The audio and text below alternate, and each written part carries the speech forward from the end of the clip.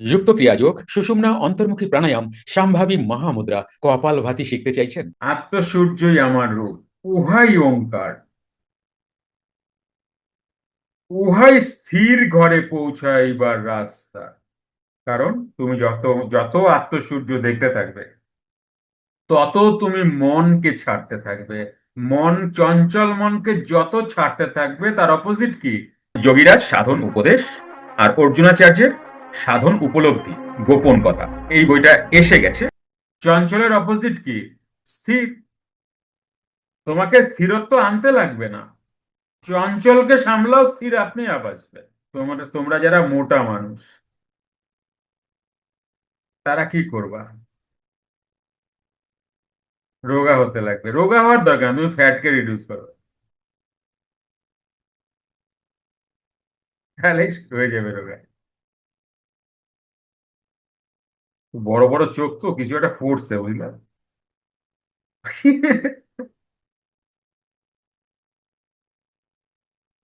যাই হোক। আচ্ছা, এই যে মনে করো একটা পোকা ঢুকলো, পোকা ঢুকে চোখে মরে গেল, কার দোষ? তুই ঢুকছিস কেন আমার চোখে? আমার চোখ নিয়ে আমার সম্পত্তিতে, আমার জায়গায় আমি আছি, তুমি এসে আমার সম্পত্তিতে অধিকার করতে গেছো, এবার মরছো, এবার এবার এইটার খেসারত আমায় দিতে লাগবে? বলে হ্যাঁ। হ্যাঁ ভগবান, কই যাই? বোঝে না হিসাব। আমার বড় চোখ, এইবার কোন রকম কোন পোকা উঠতে উঠতে চোখে ঢুকে, চোখে মরলো, কইরা আমি তো এরকম করে মারলাম, ধরো এবার এরকম বাইর করলাম, জ্বালা করতেছে, ধরো এরকম বাইর করলাম, এবার মরে গেল। হালকা পোকাগুলো তো একদম সূক্ষ্ম হয়, মরে গেল, এবার দোষ কার?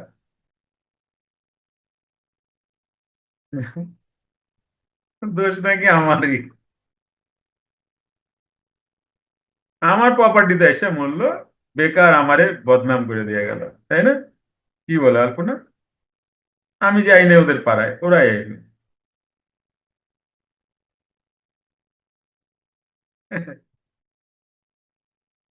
কারণ বারবার ওই আত্মসূর্য দর্শন করিতে করিতে তবেই যোগী স্থিরত্ব অবস্থা আসে, লাভ করেন।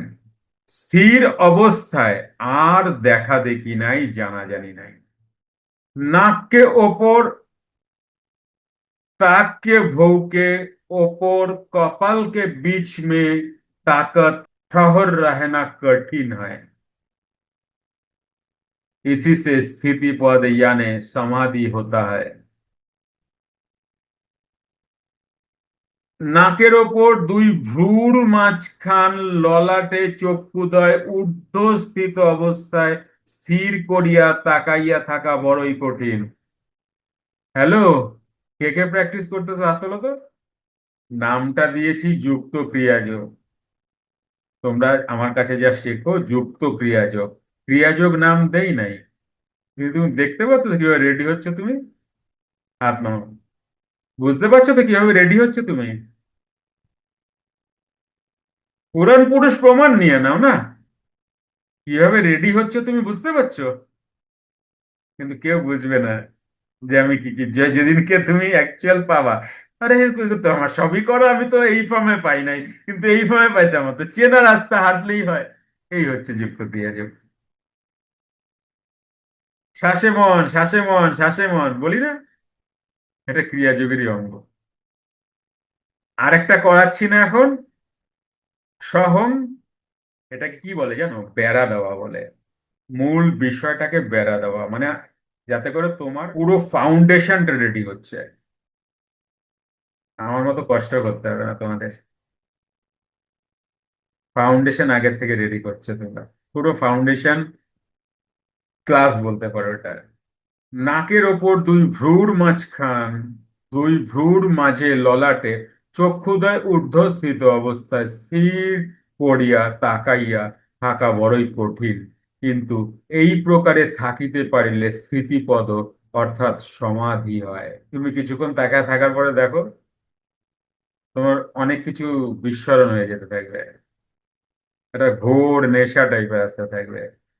जीभ दाहिने नाक के छेद में घुसा, फिर बाओं छेद के भीतर एक अंगुल, अब खींचने से भी शी ऐसा शब्द होता है।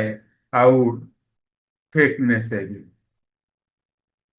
জিহ্বা ওপরে উঠিয়া ডান দিকের নাকের ছিদ্রে প্রবেশ করিল।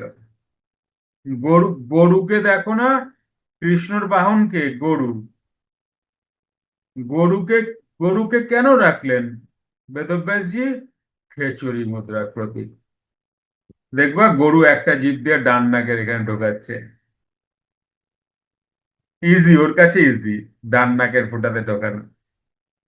কখনো গ্রামের মানুষরা দেখে থাকলে দেখতে পারো। পুনরায় বাম বাম দিকের নাকের ছিদ্রে এক আঙুল প্রবেশ করিল।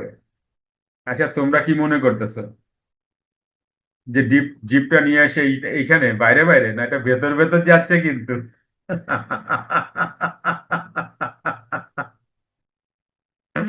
বইতে লেখা নাই, ব্র্যাকেটে ছোট্ট করে লিখে দেবে গুরু ভক্ত গম্য।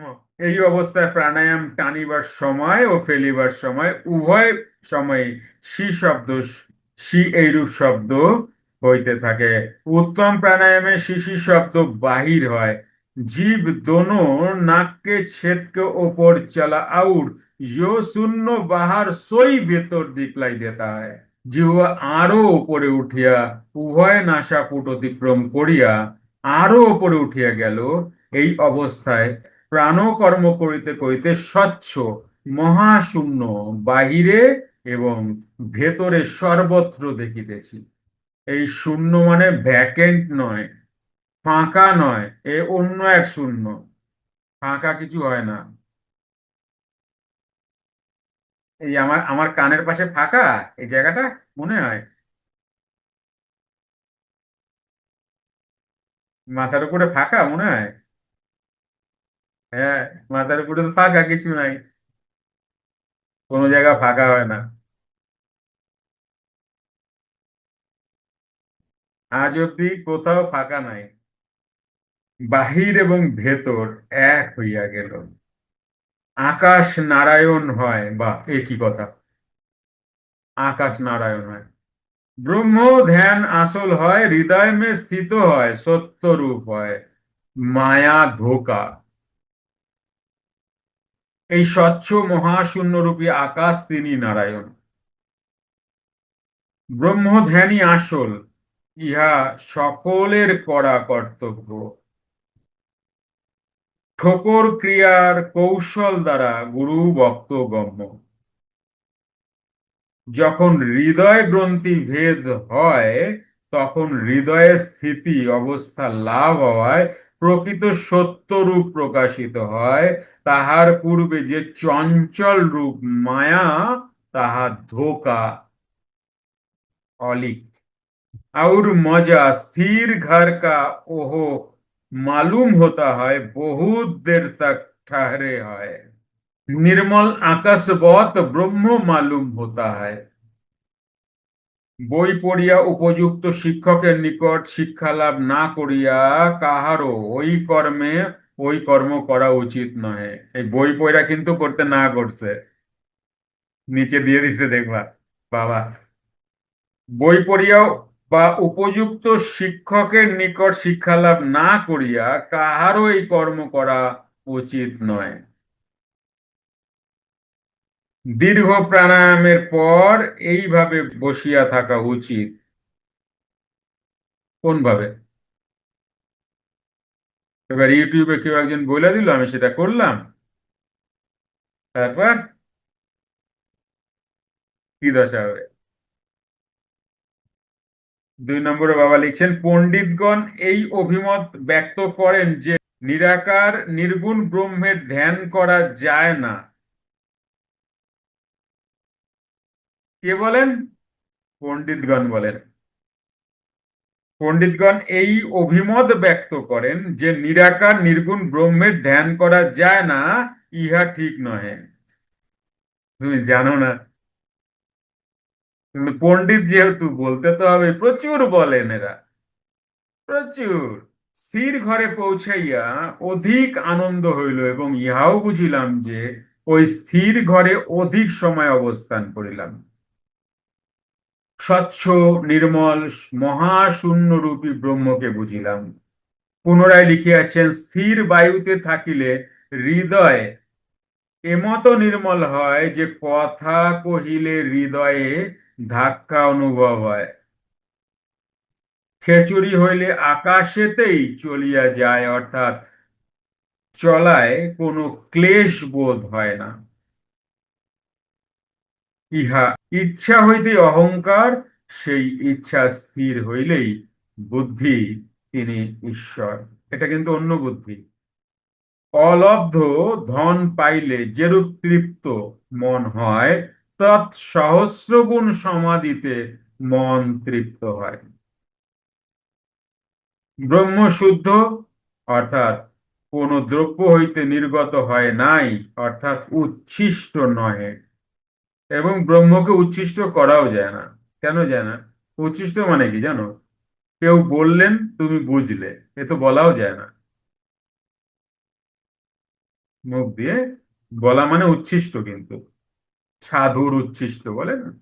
যুক্ত ক্রিয়াযোগ, সুষুম্না অন্তর্মুখী প্রাণায়াম, সাম্ভাবী মহামুদ্রা, কপালভাতি শিখতে চাইছেন? প্রতি সপ্তাহে মঙ্গল, বুধ ও বৃহস্পতিবার রাত ৮টা থেকে ৯টা অবধি জুম অনলাইনে নিজের বাড়ি বসেই শিখতে পারবেন। যোগাযোগ জ্ঞানী গুরু কমিউনিটি, ফোন নাম্বার 9903680146।